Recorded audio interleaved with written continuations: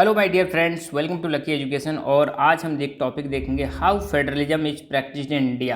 भारत में फेडरलिज्म को कैसे प्रैक्टिस किया जाता है। चैप्टर नंबर 2 हमारा चल रहा है, फेडरलिज्म क्लास 10 पॉलिटिकल साइंस या डेमोक्रेटिक पॉलिटिक्स जो बुक है हमारी एनसीईआरटी की, उसको हम कवर कर रहे हैं, जो कि आरबीएसई सीबीएसई दोनों में एप्लीकेबल रहेगी। तो इससे पहले 4 जो लेक्चर है उनको जरूर देखें, सो दैट आप चीज़ों को लिंक कर पाओ। तो टॉपिक हम जो आज डिस्कस करेंगे वो है हाउ फेडरलिज्म इज प्रैक्टिस्ड। आपको पता है फेडरलिज्म नाम का कोई शब्द हमारे कॉन्स्टिट्यूशन में नहीं है, फिर भी हम फेडरलिज्म को इंडिया में प्रैक्टिस करते हैं। तो उस फेडरलिज्म को कैसे इंडिया में प्रैक्टिस किया जाता है उसके कुछ एग्जाम्पल दे रखे हैं, उनके थ्रू हम इसको समझने की कोशिश करेंगे। Constitutional provisions are necessary for the success of federalism but these are not sufficient. आपको पता होगा फेडरलिज्म के लिए, अगर फेडरलिज्म को सक्सेसफुल बनाना है तो उसके लिए कॉन्स्टिट्यूशनल प्रोविजंस जरूरी हैं, मगर ये सफिशिएंट नहीं है। अब देखो, कॉन्स्टिट्यूशन में कोई चीज़ डाल दो वही सफिशिएंट नहीं है, उसको रियलिटी में लागू किया जाना चाहिए, उसको प्रैक्टिस में लाया जाना बहुत ज़्यादा जरूरी है। If the federal experiment has succeeded in India, it is not merely because of clearly laid out constitutional provisions. The real success of federalism in India can be attributed to the nature of democratic politics in our country. तो आपको यहाँ पे देखने को मिलेगा, हमारे यहाँ पे जो फेडरल एक्सपेरिमेंट किया गया था, ये जो फेडरल एक्सपेरिमेंट जो सफल हुआ है, इसके पीछे सिर्फ कॉन्स्टिट्यूशनल प्रोविजंस ही जिम्मेदार नहीं है, इसके पीछे हमारी जो डेमोक्रेटिक पॉलिटिक्स है वो भी जिम्मेदार है। हमारी पॉलिटिक्स जो हुई है यहाँ पर, डेमोक्रेटिक पॉलिटिक्स जो है, उसकी वजह से ये फेडरलिज्म का एक्सपेरिमेंट यहाँ पे सक्सेसफुल हो पाया है। मतलब हमारी जो पॉलिटिक्स भी कुछ हद तक इस चीज़ के लिए जिम्मेदार है कि हमारे यहाँ पर फेडरलिज्म को प्रैक्टिस किया जाता है। This ensure that spirit of federalism, respect for diversity, desire for living together and became the shared ideals in our country. तो इसकी वजह से आपको देखने को मिलेगा जो हमने मतलब फेडरलिज्म की सक्सेस यहाँ पर, मतलब इंडिया में फेडरलिज्म जो मॉडल है वो सक्सेसफुल हो पाया है। तो इसकी वजह से क्या हो पाया है, हमारे यहाँ पर फेडरलिज्म की जो स्पिरिट है वो इंश्योर की जा रही है, साथ ही साथ में इससे डाइवर्सिटी को भी रेस्पेक्ट मिलता है। अब सोचो आप मतलब सोसाइटी में सभी ग्रुपों को पावर शेयरिंग के लिए मतलब क्या करते हो, उनको इनवाइट करते हो कि आप भी गवर्नमेंट में पार्टिसिपेट कर सकते हो, तो सभी लोग इससे क्या रहते हैं, खुश रहते हैं। इससे क्या है, सभी लोग मिलजुल कर रहते हैं, और यही बन चुके हैं आज की डेट में हमारे आइडियल्स कि मतलब कैसे हमें आगे बढ़ना है, तो सबको साथ में लेके चलना है, किसी को एक्सक्लूड नहीं करना है। तो पावर शेयरिंग मतलब सबका मतलब इसमें भागीदारी होनी चाहिए। अब हम देखेंगे कुछ एग्जाम्पल, देखेंगे कुछ मेजर वेज देखेंगे जिनके थ्रू हमारे इंडिया में फेडरलिज्म जो है प्रैक्टिस में आया। ठीक है, तो कौन कौन से एग्जाम्पल हैं। Number 1, linguistic states. इसका एग्जाम्पल देखेंगे लिंग्विस्टिक स्टेट्स का। लिंग्विस्टिक स्टेट्स का मतलब है ऐसे स्टेट्स जो लैंग्वेज के आधार पर बनाए गए थे, उनको हम बोलते हैं लिंग्विस्टिक स्टेट्स। ठीक है, the creation of linguistic states was first and major test for democratic politics in our country. जब देश हमारा आज़ाद हुआ था, आपको पता है 1947 में आज़ाद हुआ था, उसके बाद बहुत सारे चेंजेज आते हैं। कई सारे जो स्टेट थे वो डिमांड करने लग गए थे कि भाई हमें तो अलग से एक स्टेट बना दो। पहले क्या हुआ करता था, जैसे अगर मैं बात करूँ, एक स्टेट हुआ करता था मद्रास। ठीक है, मद्रास में से आपको देखने को मिलेगा 1953 में मद्रास में से तमिल बोलने वालों के लिए तो बना दिया जाता है तमिलनाडु, और आंध्रा जो तेलुगु लैंग्वेज बोलने वाले थे उनके लिए बनाया जाता है आंध्र प्रदेश। तो ये चीज़ आप ध्यान रखना कि जैसे ही देश आज़ाद हुआ, आज़ाद होते ही क्या होता है, कई सारे स्टेट्स डिमांड करने लग गए थे कि यार हमें लैंग्वेज के आधार पर क्या कर दो, आप अलग कर दो। ठीक है, तो लैंग्वेज के आधार पर जो सबसे पहला स्टेट बना था, मैं आपको बता दूं, वो था आंध्र प्रदेश। आंध्र प्रदेश में एक श्रीरामुलु नाम के एक व्यक्ति थे, उन्होंने डिमांड की थी और फिर वो हंगर स्ट्राइक करते करते मर गए थे। लगभग 58 डेज तक उन्होंने हंगर स्ट्राइक की थी, और जब वो डेथ हो जाती है उनके बाद प्रोटेस्ट होते हैं आंध्र प्रदेश में, तो फिर फाइनली पहला स्टेट बनता है लैंग्वेज के आधार पर, वो था आंध्र प्रदेश। तो इतना ध्यान रखना है कि लैंग्वेज के आधार पर जो स्टेट बनने लगे थे, ये हमारी डेमोक्रेसी का पहला टेस्ट था। अब लोगों को उस समय ये लग रहा था कि यार लैंग्वेज के आधार पर अगर बंटने लग गए तो फिर दोबारा देश बढ़ जाएगा। आपको पता होगा जब देश आज़ाद हुआ था हमारा, तो 565 प्रिंसिपल स्टेट हुआ करते थे लगभग। इन सबको एक करके एक भारत बनाया, और इसमें सबसे बड़ा योगदान किसका रहता है, सरदार वल्लभ भाई पटेल जी का रहता है, जिनको हम बोलते हैं आयरन मैन। अब यहाँ पर क्या होने लगा, लैंग्वेज के आधार पर अलग अलग डिमांड हो रही है स्टेट बनाने की, तो लोगों को डर लग रहा था, लोगों को क्या, लीडर्स को डर लग रहा था कि यार देश का दोबारा से डिसइंटीग्रेशन ना हो जाए।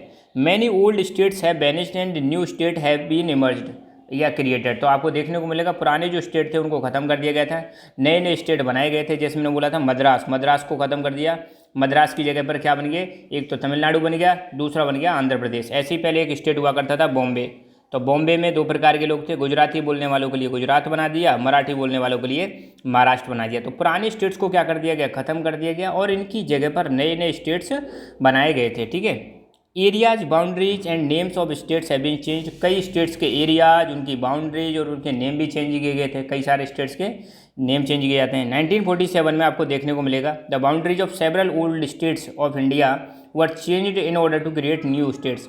तो जब नए स्टेट बनाए गए थे तो पुराने स्टेट्स की जो बाउंड्री थी वो भी क्या कर दी गई थी, चेंज कर दी गई थी। अब कोई क्वेश्चन पूछेगा क्यों नए स्टेट्स क्रिएट किए गए थे, इसके पीछे क्या कारण था। भाई इसके पीछे कारण ये था कि ये मान लो कोई पर्टिकुलर एरिया है, यहाँ पर एक लैंग्वेज को बोलने वाले लोग रहते हैं, ये दूसरा एरिया है, यहाँ पर दूसरी लैंग्वेज को बोलने वाले लोग रहते हैं। तो सोचो इनके लिए एक अलग से स्टेट बना दे, इनके लिए एक अलग से स्टेट बना दे, तो इनमें आपस में क्या है, कभी भी झगड़ा नहीं होगा, कभी लड़ाई नहीं होगी। ये अपने हिसाब से रह सकते हैं और ये अपने हिसाब से रह सकते हैं। तो पर्पज़ यही था to ensure people who speak same language live in the same state. तो मतलब ये पर्पज़ था कि जो एक लैंग्वेज को बोलने वाले लोग हैं वो एक ही स्टेट में रह सकें। एक तो ये पर्पज़ था। Some states were created not on the basis of language but to recognise differences based on culture, ethnicity, geography. कुछ स्टेट आप देखो, एक तो यहाँ पे क्या किया गया था, कुछ स्टेट तो लैंग्वेज के आधार पर क्रिएट किए गए थे, कुछ स्टेट ऐसे थे जिनका कल्चर, एथनिसिटी, ज्योग्राफी, इनके डिफरेंस को आधार पर, जैसे नॉर्थ ईस्ट इंडिया में आप देखोगे कई सारे स्टेट में एक एथनिक ग्रुप के लोग रहते हैं, एक ही ट्राइब के लोग रहते हैं, तो उनके लिए क्या कर दिया गया, अलग से स्टेट बना दिया गया। कई स्टेट ऐसे थे जो डेवलपमेंट के हिसाब से बांट दिए, जैसे मान लो उत्तर प्रदेश में से अलग कर दिया उत्तराखंड, बिहार में से अलग कर दिया झारखंड, मध्य प्रदेश में से अलग कर दिया छत्तीसगढ़। तो कई स्टेट जो बनाए गए थे बाद में, बाद की बात बता रहा हूँ, बाद में तो कुछ और रीजन्स के आधार पर भी बनाए गए थे। खैर जो कल्चर, एथनिसिटी और ज्योग्राफी, इसके आधार पर जो अलग किए गए थे स्टेट वो कौन कौन से हैं, नागालैंड, उत्तराखंड और झारखंड। ठीक है, ये 1947 का मैप है, अपनी बुक में दे रखा है, आप देखोगे कई सारे स्टेट यहाँ पे दिखा रखे हैं। यहाँ पे देखो ये मद्रास है पूरा, ये है मैसूर, ये पूरा की पूरा बॉम्बे है। ठीक है, ऐसे करके कई सारे स्टेट दिखा रखे हैं। यूपी को पहले यूनाइटेड प्रोविंसेस बोलते थे, म्यांमार को पहले बर्मा बोलते थे, ठीक है, श्रीलंका को पहले सिलोन बोलते थे। तो यहाँ पे पुराने नाम भी दे रखे हैं। दो पाकिस्तान हुआ करते थे, इधर का पाकिस्तान जो था उसको हम बोलते थे ईस्ट पाकिस्तान, इधर का पाकिस्तान जो था उसको हम बोलते थे वेस्ट पाकिस्तान। आपको पता होगा यही ईस्ट पाकिस्तान 1971 में क्या बन जाता है, बांग्लादेश बन जाता है। ठीक है, तो स्टार्टिंग में अलग स्टेट हुआ करते थे, बाद में अलग। ये और मैप दे दिए मैंने। ये तो लेटेस्ट मैप है आपका, जो आज की डेट में आपको पता होना चाहिए 28 स्टेट है और 8 यूनियन टेरिटरीज है भारत में। ठीक है ना, और ये 1956 का मैप है। 1956 में देखो मात्र इतने स्टेट हुआ करते थे, छोटे छोटे से, ज़्यादा स्टेट नहीं थे, बहुत कम यूनियन टेरिटरीज थी। अब देखो कितने सारे स्टेट बन गए हैं। ठीक है, और ये 2000 के समथिंग का मैप है। 2000 में आपको पता होगा 2000 में क्या हुआ था, उत्तर प्रदेश में से अलग हो गया था उत्तरांचल, हालांकि उत्तरांचल का नाम बदल गया, उत्तराखंड हो गया है। बिहार में से अलग हो गया झारखंड, मध्य प्रदेश में से अलग हो गया छत्तीसगढ़। तो ऐसे करके ये काम चलता रहता है। अभी भी कई सारे स्टेट्स में डिमांड हो रही है कि नए स्टेट बनाए जाएँ। ठीक है, When the demand of formation of states on the basis of language was raised, some national leaders feared that it would lead to the disintegration of the country। मैंने बताया था आपको, जब कई सारे स्टेट डिमांड कर रहे थे कि यार हमें तो अलग कर दो आप लैंग्वेज के आधार पर, तो क्या हो रहा था, कुछ हमारे जो नेशनलिस्ट लीडर थे उनको लग रहा था कि यार इसकी वजह से कहीं ऐसा ना हो हमारे देश का विभाजन हो जाए। मगर आपको देखने को मिलेगा ये डर हमारा सही साबित नहीं हुआ, अच्छी बात है। इसकी वजह से और क्या देखने को मिला, इसकी वजह से देश हमारा यूनाइट हो गया, एक हो गया हमारा देश। उस समय जो सेंट्रल गवर्नमेंट थी वो भी मतलब नहीं चाहती थी, सेंट्रल गवर्नमेंट भी नहीं चाहती थी कि यार लैंग्वेज के आधार पर स्टेट बनाए जाएं। हालांकि उसके लिए आपको पता होगा, पता तो फिर क्या होगा बाद में आप पढ़ोगे, कई सारे कमीशन बनाए गए थे। ठीक है, एक स्टेट रीऑर्गेनाइजेशन कमीशन बनाया गया था, बाद में स्टेट रीऑर्गेनाइजेशन कमीशन बनाया गया था कि भाई लैंग्वेज के आधार पर क्रिएट कर सकते हैं नहीं कर सकते हैं, कई सारी चीज़ें की गई थी गवर्नमेंट को।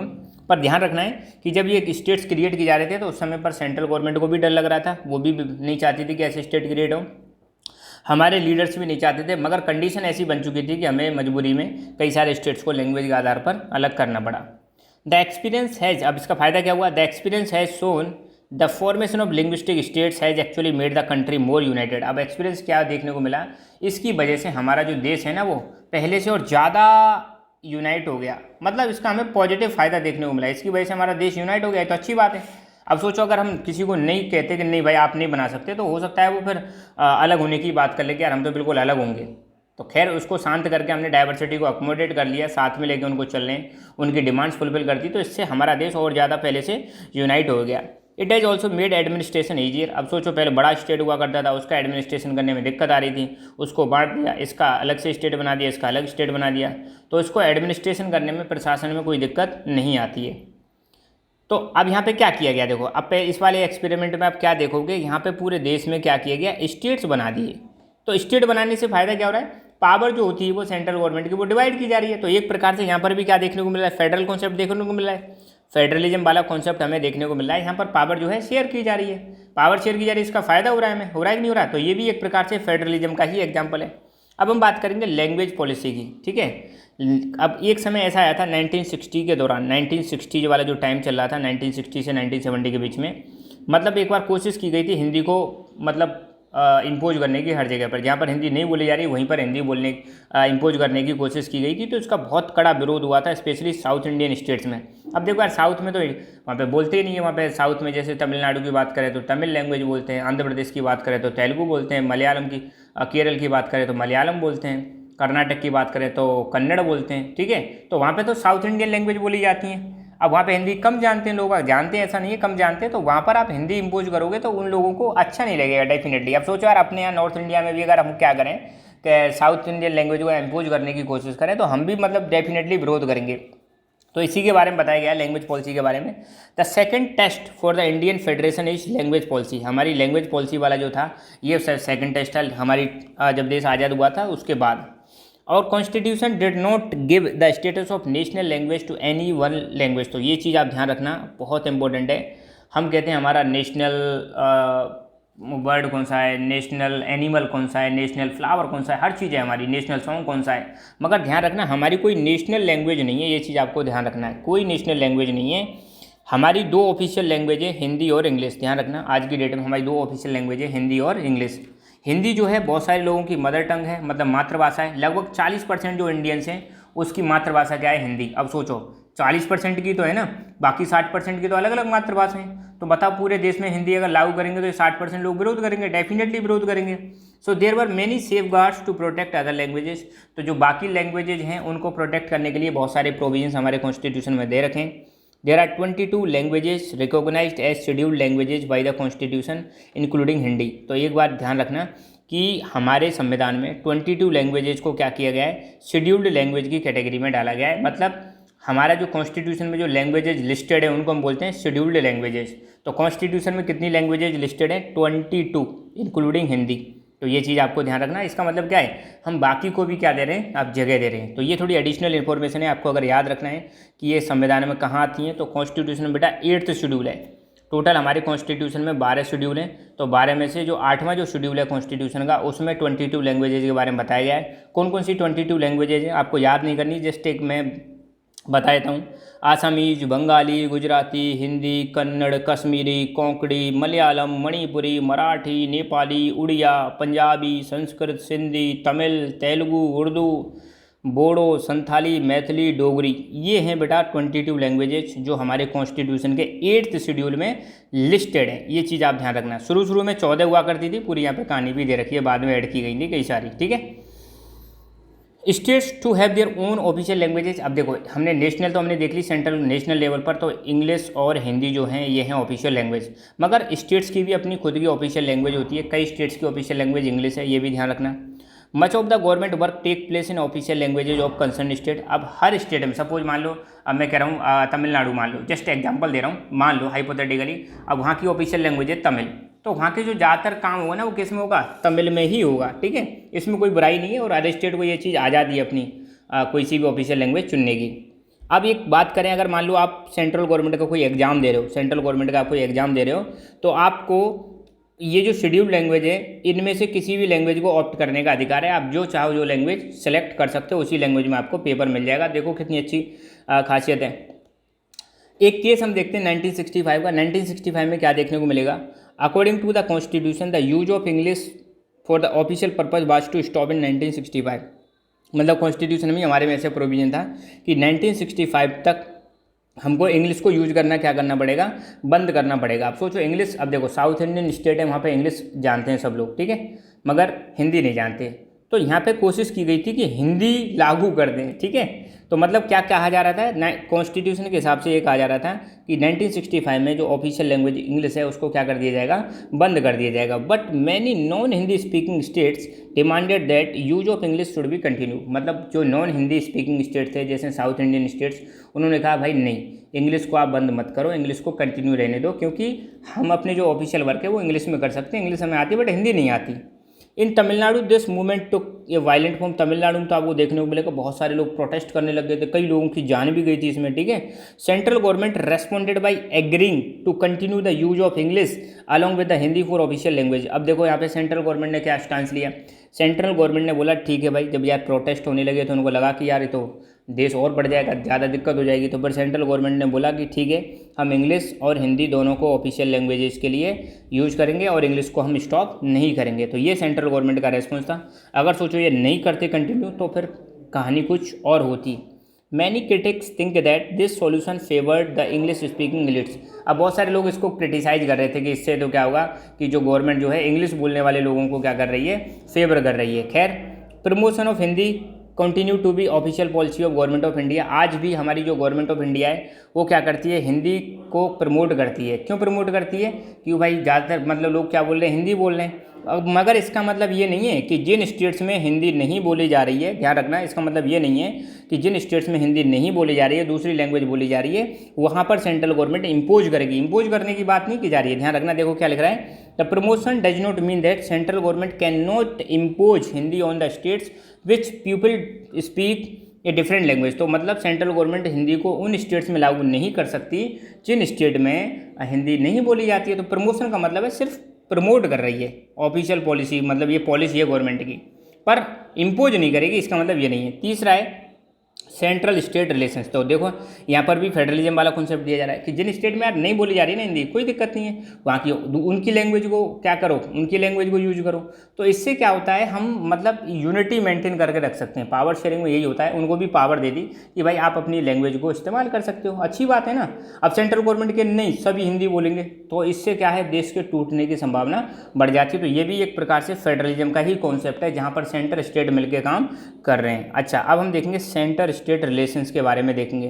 तो देखो आज़ादी से लेकर 1947 से अब तक की इसमें थोड़ी सी झलक दे रखी है कि शुरू में सेंटर और स्टेट के बीच में कैसे रिलेशन हुआ करते थे और अब सेंटर और स्टेट के बीच में कैसे रिलेशन है, उसके बारे में बात कही जा रही है। Restructuring the centre state relations is one more way in which federalism has been strengthen in practice. अब देखो सेंटर और स्टेट के रिलेशन से हमें पता चलता है कि किसी भी देश में फेडरलिज्म है या नहीं है। अगर सेंटर और स्टेट के बीच में पावर शेयरिंग है तो इट मीन्स वहाँ पर फेडरलिज्म है। अगर सेंटर स्टेट के बीच में पावर शेयरिंग नहीं है तो फेडरलिज्म नहीं है। अब कहने के लिए बोल दिया कि चलो तुम्हें मतलब स्टेट को भी पावर दे रखी है, मगर सेंट्रल गवर्नमेंट हर जगह अपनी मनमर्जी कर रही है, स्टेट्स को मतलब अधिकार नहीं दे रही है, तो मतलब भले लिख दिया फेडरलिज्म है पर रियलिटी में वहाँ पर फेडरलिज्म नहीं है।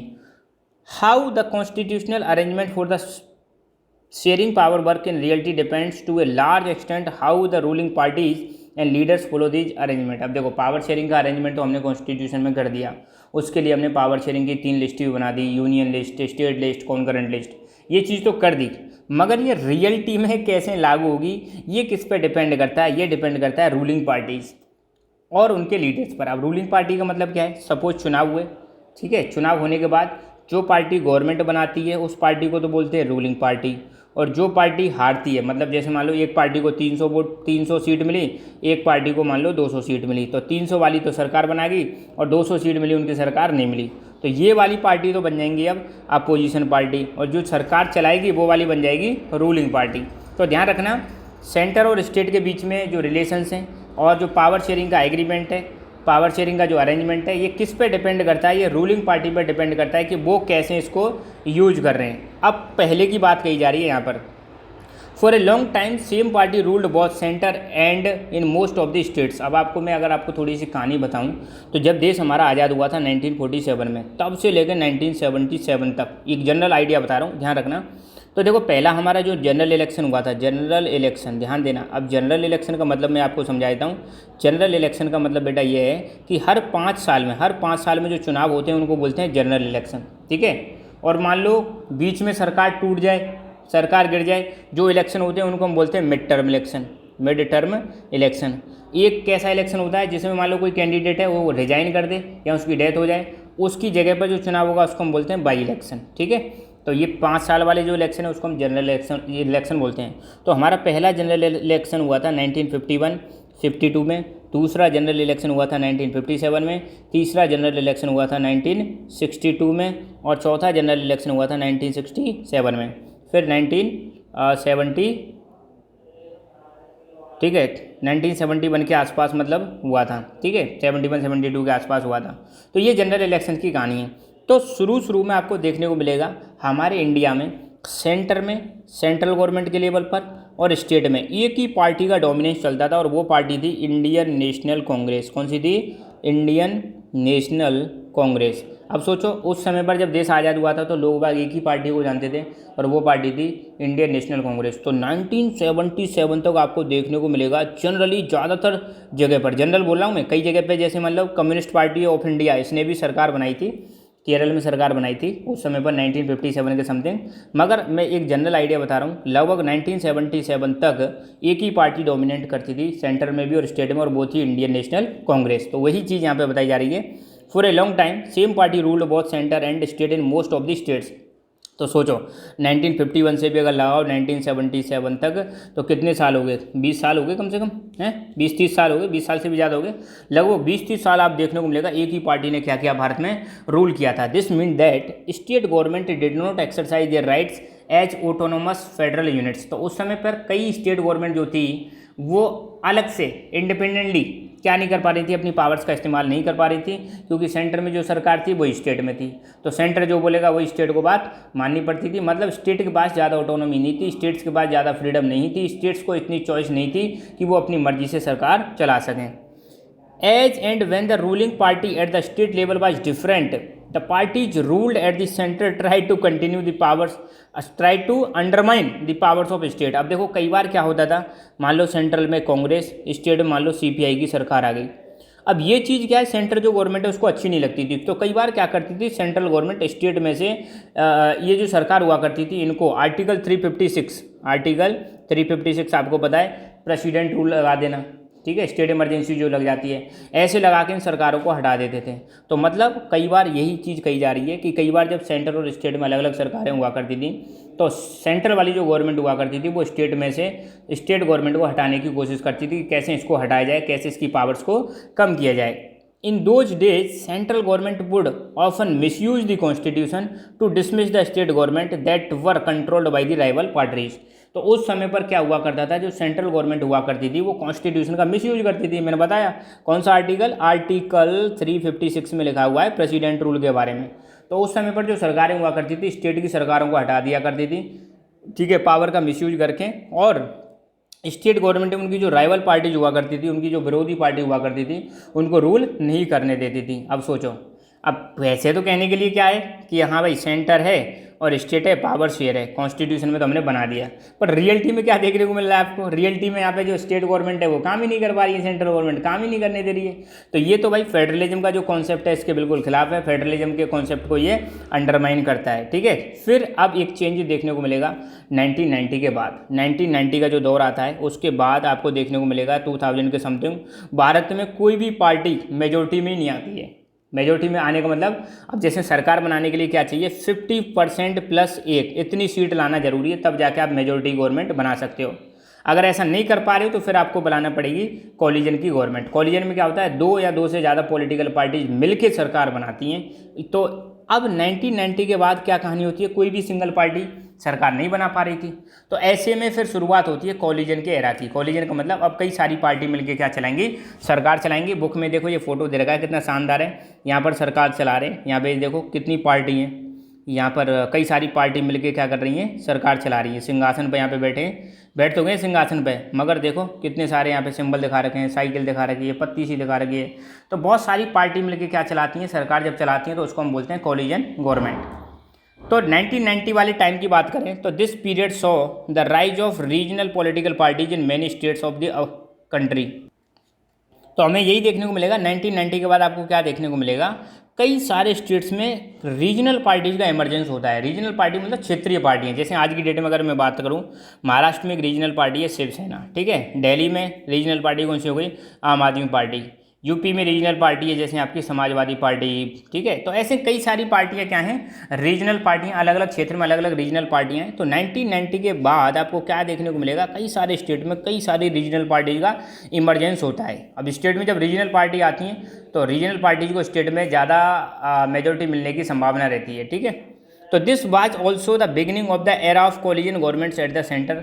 अब ये समय एक ऐसा समय आ चुका था जहाँ पर कोई भी सरकार, ध्यान देना, ये 1990 के बाद एक ऐसा मतलब टाइम आ चुका था जहाँ पे कोई भी पार्टी मेजोरिटी में सीट नहीं ला पा रही थी। मतलब आपको देखने को मिलेगा स्टेट में जो ज़्यादा दबदबा हुआ करता था वो रीजनल पार्टीज का हुआ करता था।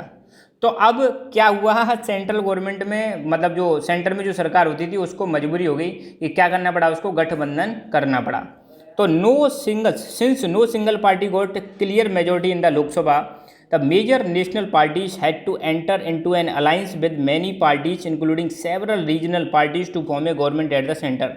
तो जब कोई भी पार्टी लोकसभा में मेजोरिटी में नहीं आ रही थी तो इसलिए जो बड़ी बड़ी पार्टियां हुआ करती थी वो अलायंस में आ गई। अलायंस का मतलब उन्होंने गठबंधन कर लिया, किसके साथ, कई पार्टियों के साथ। उन पार्टियों में रीजनल पार्टी भी हुआ करती थी ताकि वो सेंटर में गवर्नमेंट बना सकें। अब देखो बेटा, यहाँ पे लोकसभा की जा रही बात, तो मैं एक चीज़ आपको बता दूँ, हमारा पार्लियामेंट जो है, पार्लियामेंट के 2 हाउस हैं। थोड़ा सा मैं इन्फॉर्मेशन दे देता हूँ, आपको पता होगा, नहीं पता तो कोई बात नहीं। एक तो है लोकसभा और एक राज्यसभा, ठीक है। तो लोकसभा के जो इलेक्शन होते हैं ना बेटा, लोकसभा के इलेक्शन होते हैं और उनके जो मेंबर्स होते हैं लोकसभा के, उनको बोलते हैं एमपी। यही एमपी मिलके सेंटर में क्या बनाते हैं, सरकार बनाते हैं। बस इतना ध्यान रखना, ठीक है। थोड़ा सा मैं आपको 2 कोलिजन ग्रुपों के बारे में बता देता हूँ, अपनी बुक में नहीं दे रखा है। जब 1990 के बाद की बात की जा रही है तो 2 कोलिजन ग्रुप आज की डेट में बहुत फेमस हैं, आपने टीवी में, न्यूज़पेपर में इनके नाम सुने होंगे। एक तो है यूपी और दूसरा है एनडीए। एक तो है यूपी और दूसरा क्या है, एनडीए। इनके बारे में थोड़ा चर्चा कर लेते हैं। चलो अब चर्चा करते हैं यूपीए के बारे में और एनडीए के बारे में। एडिशनल इन्फॉर्मेशन है, आपको मजबूत बनाएंगे, ठीक है। आपको किताबी ज्ञान नहीं लेना है, तो कुछ एक्स्ट्रा भी सीखो। तो यूपीए का मतलब है यूनाइटेड प्रोग्रेसिव अलायंस, ठीक है, यूपीए। ध्यान रखना, यूपीए को लीड करती है कांग्रेस। कौन लीड करती है, यूपीए को लीड करती है कांग्रेस। दूसरा अलायंस है एनडीए, नेशनल डेमोक्रेटिक अलायंस, इसको लीड करती है बीजेपी। अब देखो, ये जो मेजर पार्टियां आज की डेट में, यूपी मतलब बीजेपी और कांग्रेस, तो इन्होंने भी आज की डेट में क्या कर रखा है, गठबंधन कर रखा है कई सारी पॉलिटिकल पार्टी के साथ। तो कांग्रेस ने जो गठबंधन कर रखा है कई सारी पार्टी के साथ, उस गठबंधन का नाम क्या है, यूपीए। और बीजेपी ने जो कई सारी पार्टी के साथ गठबंधन कर रखा है उसका नाम है एनडीए। मगर लीड कौन करता है इनको, लीड करने वाली ये मेजर पार्टी है। अगर हम बात करें किसकी, पहले हम बात कर लेते हैं एनडीए की, बात करते हैं नेशनल डेमोक्रेटिक अलायंस की हम बात करते हैं, ठीक है। The national democratic alliance is a coalition of right wing to far right political parties in India and over the time has had some center to left parties in it as well. At the times of formation in 1998, it was led by BJP and 13 constituent parties. तो बस आप तो इतना याद रखना कि BJP में जो हैं राइट विंग या राइट, मतलब अब देखो कुछ पॉलिटिकल आइडियोलॉजी होती हैं, आइडियोलॉजी में कुछ पार्टी होती है सेंटर में, कुछ पार्टी होती है लेफ्ट में और कुछ पार्टी होती है राइट में, ठीक है। अभी इस पर ज़्यादा चर्चा नहीं करेंगे। तो आप यूँ समझ लो, बीजेपी एक राइट विंग पार्टी है, कांग्रेस जो है सेंटर लेफ्ट की वाली पार्टी है, सीपीआई की बात करें, सीपीआई जो है ये लेफ्ट पार्टी है, ठीक है। तो बस इतना समझ लो कि एनडीए जो है ये जो एनडीए है, नेशनल डेमोक्रेटिक अलायंस, ये बना था 1998 में। उस समय जब बना था तो उसमें बीजेपी और बाकी 13 छोटी छोटी पार्टियां हुआ करती थी। और एनडीए को लीड कौन करता है, एनडीए को लीड करती है बीजेपी। अब हम कांग्रेस की बात करें तो ध्यान रखना, कांग्रेस ने जो गठबंधन बनाया था वो गठबंधन का नाम है यूपीए, उसका नाम है यूनाइटेड प्रोग्रेसिव अलायंस, और यूपीए को लीड करती है कांग्रेस। इसमें जनरली आपको क्या देखने को मिलेगा, लेफ्ट वाली पार्टी और सेंटर लेफ्ट वाली पार्टी मिलके क्या बना दिया, यूपीए बना दिया। और ये बना था यूपीए 2004 के जनरल इलेक्शन के बाद में बना था, ठीक है। और इसमें जो सबसे बड़ी पार्टी है यूपीए में वो है कांग्रेस, और कांग्रेस की प्रेसिडेंट आपको पता है सोनिया गांधी है। ये वाली बस बात याद रखनी है। तो बस इतना ध्यान रखना, आज की डेट में 2 बड़ी बड़ी गठबंधन के ग्रुप हैं। पहला गठबंधन है यूपीए जिसको कांग्रेस लीड करती है, दूसरा एनडीए जिसको बीजेपी लीड करती है। तो आज की डेट में आपने सुना होगा कि सेंटर में जो रूल कर रही है वो किसकी सरकार है, एनडीए की सरकार है। अब एनडीए को कौन लीड कर रहा है, एनडीए को बीजेपी लीड कर रही है। तो सुना होगा ना एनडीए की सरकार, कई बार सुना होगा यूपीए की सरकार। तो ये चीज़ आपको क्लियर होनी चाहिए कि 1990 के बाद ये गठबंधन का दौर स्टार्ट होता है। कई सारी पार्टियों ने क्या कर लिए थे, गठबंधन कर लिए थे। और अब सिंगल पार्टी को क्या नहीं मिल रही थी, मेजोरिटी नहीं मिल रही थी, इसलिए इन्होंने कई छोटी छोटी पार्टियों के साथ, रीजनल पार्टी के साथ मिलकर सरकार बनाना स्टार्ट कर दिया। तो अब वक्त आ गया किसका, रीजनल पार्टीज की मौज हो गई, क्योंकि उनको भी क्या मिलने लग गया, अब सम्मान मिलने लग गया, उनको भी गवर्नमेंट में हिस्सेदारी मिलने लग गई। तो ये भी एक सिस्टम है किसका, पावर शेयरिंग का ही एक मतलब एग्जाम्पल है। अब देखो बेनिफिट देखें कोलिजन गवर्नमेंट के क्या बेनिफिट हुए। This led to new culture of power sharing and respect for the autonomy of governments, state government. तो इससे क्या हुआ, एक पावर शेयरिंग का नया कल्चर डेवलप होता है, पॉलिटिकल पार्टीज के बीच में पावर शेयर होती है और स्टेट गवर्नमेंट को क्या मिलती है, इससे ऑटोनॉमी मिलती है। स्टेट गवर्नमेंट अब अपने हिसाब से काम कर सकती हैं। ये जो ट्रेंड था कॉलिजन वाला, इसको कई सारे जजमेंट में सुप्रीम कोर्ट ने भी सपोर्ट किया और इट मेड डिफिकल्ट बोल the central government to dismiss state government as an arbitrary manner. अब सुप्रीम कोर्ट ने भी बोल दिया कि स्टेट गवर्नमेंट, सेंट्रल गवर्नमेंट जो है स्टेट गवर्नमेंट को आर्बिट्ररी मैनर में डिसमिस नहीं कर सकती। आर्बिट्ररी मैनर का मतलब है अपनी मनमानी करके स्टेट गवर्नमेंट को डिसमिस नहीं कर सकती। अब सेंट्रल गवर्नमेंट के सामने भी बहुत सारी क्या आ चुकी हैं, डिफिकल्टी आ चुकी है और बीच में सुप्रीम कोर्ट भी इनको फटकार लगाता रहता है। पहले ऐसा नहीं हुआ करता था, पहले तो एक ही पार्टी का डोमिनेंस चलता था, वो थी Indian national Congress. Federal power sharing is more effective today than it was early years after the constitution came into force. तो आप देख लो, जब कॉन्स्टिट्यूशन बना था, जब इतनी सारी चीज़ें नहीं हुआ करती थी, मगर कॉन्स्टिट्यूशन बनने के बाद भारत में कई सारे एक्सपेरिमेंट देखे हमने, ठीक है। हमने देखे लैंग्वेज के आधार पर स्टेट्स बने, ठीक है। हमने देखा कि यहाँ पर कॉलिजन गवर्नमेंट का एरा हमने देखा, ठीक है। हमने सेंटर स्टेट के रिलेशंस देखे, तो कई सारी चीज़ें हमने देखी, नए नए स्टेट्स बनने लगे। तो इससे जो है फेडरलिज्म वाला जो कॉन्सेप्ट है और स्ट्रांग होता है। देखो, आप पावर को मतलब जितनी ज़्यादा डिसेंट्रलाइज करोगे, डिसेंट्रलाइज का मतलब पावर को जैसे जैसे आप शेयर करते जाओगे, अपनी पावर कम करके दूसरों को पावर देते जाओगे, तो इससे कंट्री मजबूत होता है, ना कि कमज़ोर, ठीक है। ये चीज़ हमें ध्यान रखनी है। अगला एक टॉपिक और बचा है इसमें, डिसेंट्रलाइजेशन ऑफ पावर, उसको हम करके चैप्टर फिनिश हो जाएगा। अब यहाँ पे कॉलिजन गवर्नमेंट की डेफिनेशन दे रखी है, तो ये तो बताने की मुझे ज़रूरत नहीं है। जब यहाँ पे कॉलिजन गवर्नमेंट में कैसे सरकार बनती है, जब दो या दो से ज़्यादा पॉलिटिकल पार्टीज मिलकर जब सरकार बनाती हैं, तो उसी को हम क्या बोलते हैं, कॉलिजन गवर्नमेंट बोलते हैं। और कॉलिजन गवर्नमेंट में ध्यान रखना, जो पार्टनर्स होते हैं इसमें, वो क्या करते हैं, usually partners in coalition form a political alliance and adopt a common programme, एक कॉमन प्रोग्राम अपनाते हैं। अब कॉलिजन मान लो दो पार्टी, पॉलिटिकल पार्टी मिलके सरकार चला रही हैं, तो कुछ पॉलिसी इनकी और कुछ पॉलिसी इनकी मिला के एक कॉमन पॉलिसी बनाते हैं और उन पर ये क्या करते हैं, काम करते हैं। तो ये हो गई हमारी कॉलिजन गवर्नमेंट। एक टॉपिक और बचा है, उसको हम कर देंगे फिनिश, उसके बाद ये चैप्टर हमारा खत्म हो जाएगा। टेलीग्राम चैनल है हमारा लकी एजुकेशन, इसको आप ज्वाइन करें, सो दैट आपको जितने भी वीडियो जा रहे हैं उनकी नोटिफिकेशंस मिलती रहेगी। सो आज के लिए इतना ही। Thank you so much. Keep learning, keep enjoying and God bless you all.